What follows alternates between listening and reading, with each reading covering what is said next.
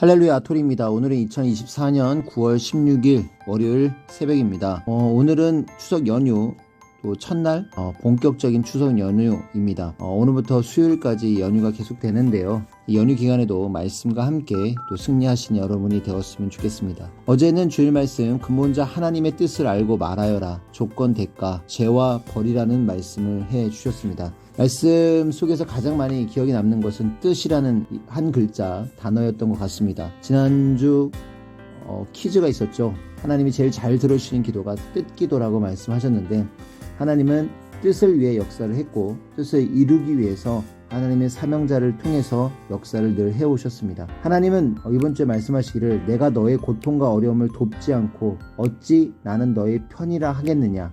나 하나님이 말하노라. 나의 목적은 나의 뜻이니라. 나의 뜻은 양보도 없고 내가 그 핵을 잡고 행하나니 아무에게도 주지를 아니하니라. 그러므로 염려 말고 내 뜻에 속해 살아라. 나 하나님의 뜻은 하루 이틀에 이루어 온 것이 아니니라. 옛적부터 이에 맞춰 모든 뜻을 이뤄 왔노라. 그러므로 나의 뜻을 변경할 수가 없느니라. 그러므로 믿어라. 어떤 어려움이 있어도 나 하나님의 뜻을 위해 사는 자는 내가 평생 돕느니라. 나 전능자의 뜻을 벗어난 자는 육신도 실패의 삶을 사는 자요 영은 영원한 실패의 삶을 사는 자이니라. 나의 뜻을 위해 사는 자에게 나의 힘을 주리니 그 힘으로 너와 다투는 자와 싸워 이기리로다. 아멘. 네, 이 말씀을 들으면서 여러분 어떤 생각을 하셨습니까? 하나님이 시대 보는 자와 그 시대에 따라가는 자들도 같은 운명이라고 하셨습니다. 물에 빠진 자를 안 빠진 자가 구출하니 구출하는 고통을 받는 것이다. 하나님은 의인을 통해 죄인들을 구원하신다. 고로 그 고통을 함께 받게 되기도 한다. 악인을 심판하실 때도 의인들은 악인과 같은 심판을 받지 않지만 심판을 피하는 고통은 받는 것이다 라고 하셨습니다. 이 환난 때 하늘이 고통받는 이때도 이성으로 행하는 자 하나님과 성령님도 신앙의 정신병자로 본다고 하셨다.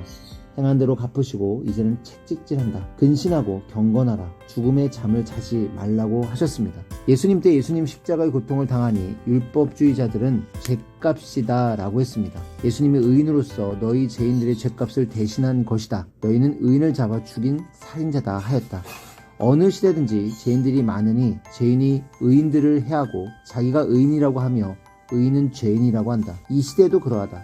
하나님은 죄인들을 잡아 심판도 하시지만 의인이 의인으로서 죄인들과 시대의 죄를 대신하게 하신다 했습니다. 예수님이 누가 이 시대 의인으로서 죄인들의 죄를 대신함을 알 자 있겠느냐 하셨습니다. 맞는 말씀이죠. 시대 제도, 시대 모두가 회개하여 깨끗이 하든지 죄값을 받든지 아니면 시대 하나님이 보낸 자가 대신 받든지 하여 해결돼야 한다고 했습니다. 죄를 그냥 두고는 하나님이 뜻을 펴시지를 못하니까요. 고로 죄와 벌이다. 죄값이 끝나야 이상세계가 된다고 하셨습니다. 항상 성경에 보면 거의 하나님이 보낸 자를 받아들이지 않아서 그들로 인해 죄가 시작되었고 환난이 일어났다고 하셨습니다. 때가 오면 하나님 성령 주가 온 것이다. 그 때를 놓치면 혼자서는 못한다. 준비해놓고 때를 기다려라 했습니다. 역사가 오면 과거에 하나님의 때가 와도 기다리던 자가 못 맞고 소수의 사람들이 맞고 대역사를 행하여 왔다고 했습니다.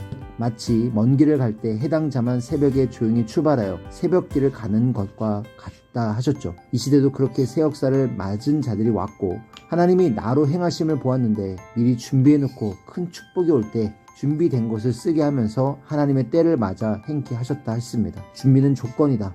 이를 통해 대가를 받는다. 조건 대가, 상대성 이치다. 밀물과 썰물, 기도와 대가, 말씀과 실천, 원심력과 구심력, 말씀과 반응, 선악 쪼개기, 사탄 분립, 죄와 벌, 의와 축복이다. 행한 대로 갚으신다 했습니다. 사람들은 하나님이 행하셨는데 제 전공대로 그릇되게 해석한다고 하셨죠. 노아 때 홍수로 악인들을 심판하니 다들 그것을 두고 다양하게 이야기를 했습니다. 노아 때 하나님이 계획적으로 날짜를 정해놓고 홍수 심판을 하셨습니다. 모든 일에 만사가 그러합니다. 하나님이 그들이 행한 대로 뜻을 두고 행하신 것입니다. 사울 왕 때도 다윗에게 하나님이 사울의 전쟁을 돕지 말라고 했습니다. 내가 돕지 않으니 가서 전쟁을 돕지 말라 하셨죠. 하나님이 보낸 자에게만 말씀을 하셨습니다. 나름대로 모두 제각기 이것을 두고 해석을 했죠.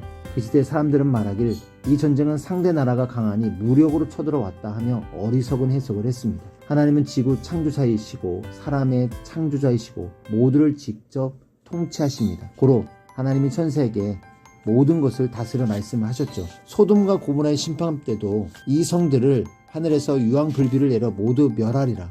나 하나님이 확인해 보니 용서 못할 멸망이 성이 되었다 했습니다. 결국 그렇게 심판을 받았지만 일부 학자들은 다른 이야기를 했습니다. 하나님의 뜻을 모르니 지진도의 과열로 폭발하여 안타깝게 죽었다. 이렇게 이야기를 하죠. 지구는 하나이고 우주 다른 곳에 생명체 별은 없습니다. 그러나 무지한 과학자들은 연구했다고 하면서 우주에 지구와 같은 생명의 별이 또 있다고 주장을 합니다. 혀를 금하지 않으면 좋은 날을 못 본다고 했습니다. 선미사에도 요즘 제 나름대로 말하는 자들이 있다고 했죠. 제정신이 아니라고 했고 악영과 악평자의 정신이다 라고 하셨습니다. 너희 모두가 깨닫지 못하면 짐승이라고 했습니다. 전능자의 행하심을 모르냐 했습니다. 무지한 종교인들은 말세, 휴거, 육신부활을 기다립니다. 모두 그 주장대로 되지 않고 허사로 끝났습니다. 제대로 해석하는 곳에서 생명의 역사는 시작되었습니다. 하나님은 만물을 사역자로 삼고 행하십니다. 기후가 이상기후로 온도가 높아지고 고통을 겪으며 지구온난화도 어려움을 겪고 있다 이야기를 합니다. 과학자도 자기 한계에서만 알고 그 차원으로 해석합니다. 하지만 절대신은 항상 근본을 쥐고 있고 압니다. 그 보낸 자를 모르면 소경되어 같이 모르는데요. 과학적으로 환경적으로 해결을 할 것은 해결하지만 하나님의 뜻을 알고 풀 것은 풀어야 합니다. 알아야 막습니다. 하나님이 행하심을 알면 회개하고 막습니다. 민족이 회개할 때 재난을 막습니다. 근본자는 하나님이십니다. 하나님께 온 민족 세계와 회개하며 고하면 막을 수 있습니다. 엘리야 시대 때 아방과 시대의 사람들이 많은 우상을 섬기면서 하나님은 심판을 했습니다. 고로 하나님은 하나님만이 유일신이다. 절대신은 오직 하나님 성령 성자이시다 라고 엘리야를 통해 말을 했죠. 그리고 비가 안 오는 심판을 했습니다. 일부 연구 과학자들은 기후변화다, 나무가 없어져서 이런 현상이 일어났다, 이상기후다 라고 이야기를 합니다. 하나님이 엘리야에게 말씀하시기를 내 입으로 비와라 하기 전에는 비가 오지 않는다, 너를 괴롭혀서다 했습니다. 하나님은 이와 같이 엘리야를 통해 심판을 하신 것입니다. 하나님이 참신인지 우상을 믿는 자들이 참신인지를 또한 하나님은 보여주셨죠. 바알과 마살의 목상을 섬겼던 신들의 갈멜산 대결에서 그들의 응답이 없게 함으로 심판을 하셨습니다. 하나님을 믿는 자, 결국 엘리야가 승리하는 역사를 이뤘죠. 하나님 외에 섬기는 것은 다 우상이다. 하나님을 섬기는 자들이라도 하나님보다 더 사랑하는 것이 있으면 우상을 섬기는 것이다 라고 하셨습니다. 나 외에 다른 신을 섬기면 육신 후손 수천 대까지 고통을 주고 멸한다. 하나님을 섬기는 자는 수천 대까지 복을 준다 하셨습니다. 성경의 하나님 말씀에 우상을 섬기는 자들의 영들은 지옥 불바다에 가서 세세토록 영원히 고통을 받는다 했습니다. 하나님이 이렇게 뜻이 있어 심판한 것을 각자의 생각으로 이야기를 하죠. 모든 사건이 하나님의 뜻이 있어 행하시는 일인데 제 나름대로 판단을 한다 했습니다. 요셉 때도 7년의 풍년, 또 7년의 흉년을 두고 각자 각양각색으로 자기 수준대로 해석을 했습니다.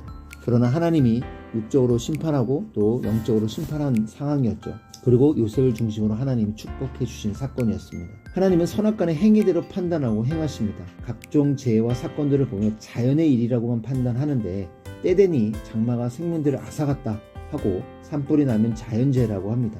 행위대로 조건 대가로 일어난 일이기도 합니다. 자연적으로만 일어났다면 왜 전에는 안 나고 지금 불이 났겠습니까? 어떠한 자가 하나님 앞에 사람들 앞에 큰 죄를 지었습니다. 그로 인해 수많은 자들이 공경에 처했죠. 고로 회개할 자가 회개를 안 하니 벼락을 때리셨습니다. 그러나 사람들은 저 사람 불쌍하다, 억울하다, 하필이면 그 순간에 거기를 지나가다 벼락을 맞았지 합니다. 근본은 하나님이 화복에 손을 대시는 것이죠. 화복의 근원자는 하나님이십니다. 하나님은 저마다 행한 대로 근본 뜻을 두고 행하십니다. 그러나 사람들은 근본 원인을 하나님께 두지 않고 세상 사람에게 두고 만물에 두고 해석합니다. 자, 오늘 말씀의 가장 큰 핵심이라 할 수 있겠죠. 육적으로만 보지 말고 육적과 영적으로 함께 봐야 하고 땅의 행위와 하나님의 축복과 심판을 같이 봐야 한다 했습니다. 이 말씀 명심하고 또 이번 한 주도 영적으로 보고 또 하늘의 뜻을 보고 또 그 안에서 축복과 심판을 보는 저희들이 되어야겠습니다. 자, 그러면 오늘 말씀 통해서 이번 또 추석 연휴를 또 뜻을 두고 하나님의 역사를 보면서 조건대가 죄와 벌을 보면서 승리하는 여러분 되셨으면 좋겠습니다. 인사드리고 마치겠습니다. 하나님, 성령님, 성자 예수님 감사드립니다. 오늘도 또 화이팅 하십시오. 안녕.